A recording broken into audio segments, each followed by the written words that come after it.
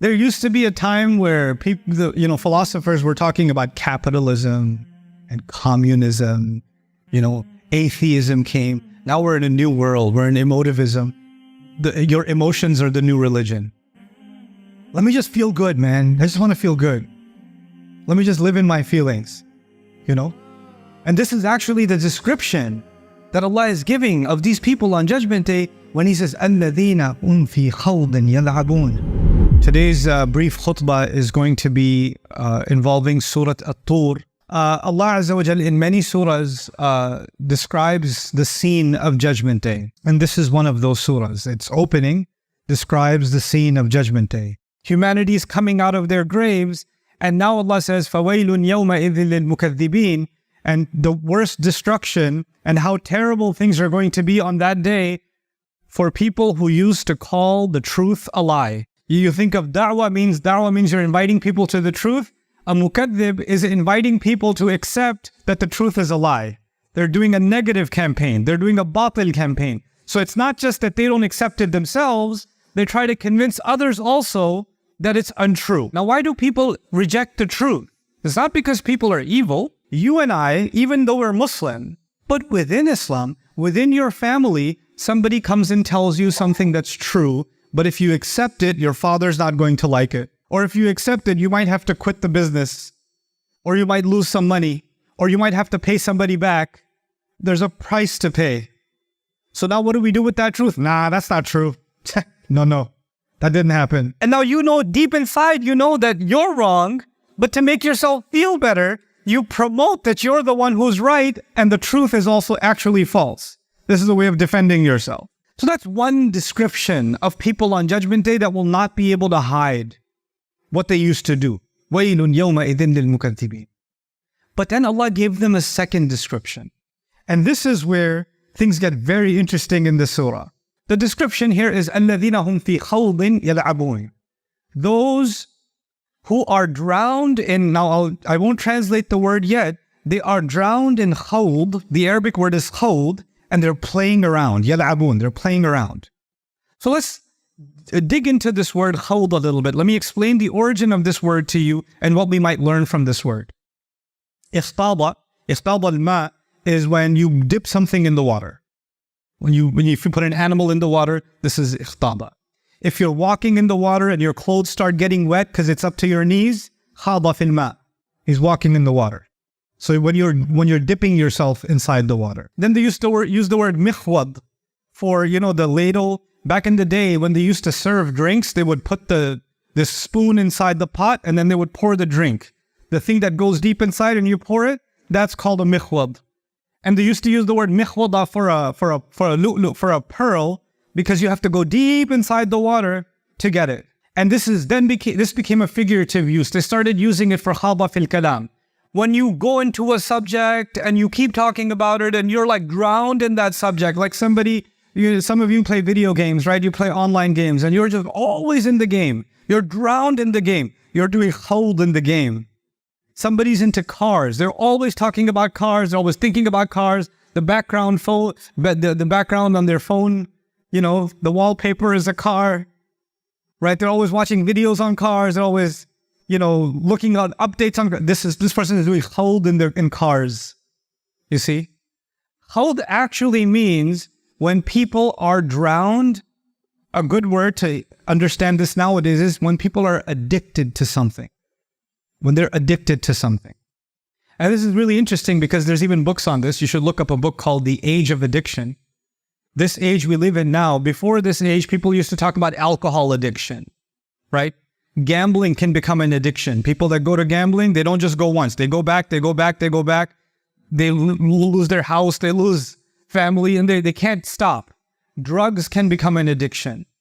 And many of you might already know the social media giants of the world, like Facebook, Instagram, these companies, they went to the top casinos in the world when they were first developing their behavior, because their apps have algorithms to make sure that the users that they have stay on the app.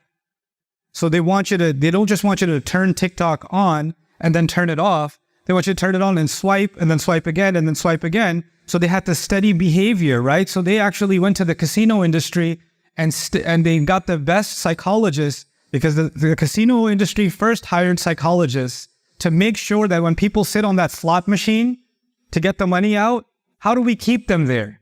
How do we keep them there as long as possible so they can stay more addicted? The same people who engineered the behavior in the casinos and the gambling industry in Las Vegas were some of the same engineers that modeled the behavior for, social media apps.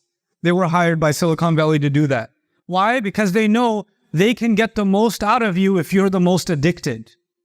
If you are in khawd, if you're drowned in, you can't get out.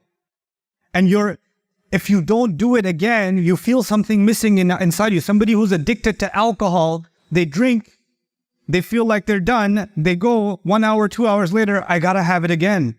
I gotta do it again. Give me another one. Their stomach is hurting, they're still drinking. They're in pain, they're still drinking.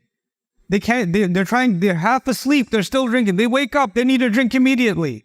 It's the same way with these kinds of other addictions. The addictions that are online, the addiction to entertainment. Some people are addicted to, movies, Netflix. Some people are addicted to sports. But these addictions are now the next thing Allah is talking about. When the truth comes, which is what the Quran is actually talking about, you have to deal with reality. You have to take responsibility for your actions. I have to take care of how am I going to spend my day? How am I going to spend my night? I have responsibility to myself. I have a responsibility to Allah. I have a responsibility to my family. I have to take care of all of these things. But if you don't want to accept that truth and you want to escape reality, you can go find yourself lost in one addiction or the other. And you can go inside of a khawd. Even to the point where, what some people do? If they hear a little bit of, you're at a gathering, because Eid, a lot of people had Eid gatherings. They got together, family got together, they're sitting and talking. And somebody brought something up about Allah's deen. And you'll notice some people in the family, immediately they change the subject and they want to do khawd in a different subject immediately. And they want to talk about it. And they're, oh, no, what about that UFC fight? What about this game? What about this movie? Oh my God, that was amazing. And they want to keep talking about it. And if they do talk about the deen, they talk about the deen as a joke. It's like it's something funny to talk about. And even then, Allah even describes, حَتَّى يَفُوضُوا فِي حَدِيثٍ غَيْرِهِ. Don't talk to them when they're talking about your deen until they go and start diving into some other subject. They want to get immersed in this and this and this. Now, you and I have to ask ourselves, this is not a criticism of humanity. It's just you and me have to think about ourselves. Whatever I'm diving into every day, does it have a purpose or is it just me playing around? That's the real question I have to ask myself. Judgment Day, Allah says, وَيْلٌ يَوْمَئِذٍ لِلْمُكَذِّبِينَ الَّذِينَ هُمْ فِي خَوْضٍ يَلْعَبُونَ. They were drowned in things and they kept playing around. And every time the Quran was being called to, the truth was being called to, responsibility, because Judgment Day is all about responsibility, isn't it? That's all it is. Judgment Day is court. And what happens in a court? The judge tells you, you are responsible for what you did. That's all it is. You have to present yourself in court. And anybody who knows they have a court date coming and they have a trial coming, they'll get ready for the trial. That's what happens in this life. It's the same logic for Judgment Day. But someone who's not getting ready for the trial and they're playing and they're too addicted to their games, right? Then they're going to be in big trouble on that day. And somebody says, hey, the trial date is tomorrow. The trial is next week. Come on, let's go. Get ready. You're not ready. You didn't finish your work. It's going to be held against you. Get out of here, man. Let me play. That's not true. These people are so extreme. They're so extreme. They're so negative. Let me just live my life. There used to be a time where people, philosophers were talking about capitalism and communism. Atheism came. Now we're in a new world. We're in emotivism. Your emotions are the new religion. Let me just feel good, man. I just want to feel good. Let me just live in my feelings, And this is actually the description that Allah is giving of these people on Judgment Day when He says, الَّذِينَ هُمْ فِي خَوْضٍ يَلْعَبُونَ. And when someone's drowned in something, they're not moving. They're stuck. They're in the same place. When you find people that have an addiction, you meet them last year, they were exactly the same place. You meet them next year, they're exactly in the same place. Like the world changed, but they're exactly in the same place.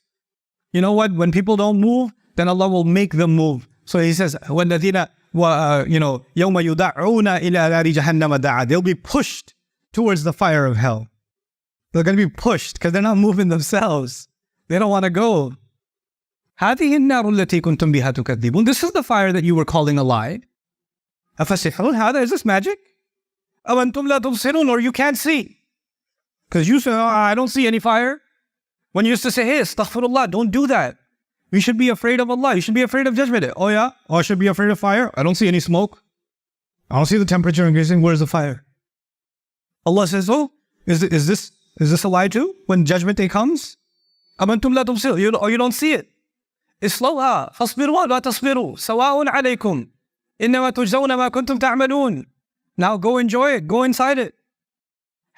You want to be patient now or you don't want to be patient now? It doesn't matter anymore. Now it's of no value. Now your sabr is of no value. Now I want to wrap this khutbah up on the flip side, on the other side of this equation. Is what Allah says is going to be the people that are not in trouble on Judgment Day. Allah says, إِنَّ الْمُتَّقِينَ فِي جَنَّاتٍ وَنَعِيمٍ. That's all He says. People that protect, the people of taqwa are in Jannah and they're relaxed. That's what He says. And the rest of the ayat are a description of Jannah, which may be for another time. Almost 300,000 souls have already been gifted a Bayyinah TV sponsorship and the impact has been immense. But over 50,000 eager students who can't afford it are still waiting to begin their journey. You can help. Visit bayyinah.com/gift to share the gift of the Quran so that another soul can explore the depths of Allah's words. Their access lasts a year, but its impact may last a lifetime. I want you to help me, help them, and give the gift of Bayyinah TV today.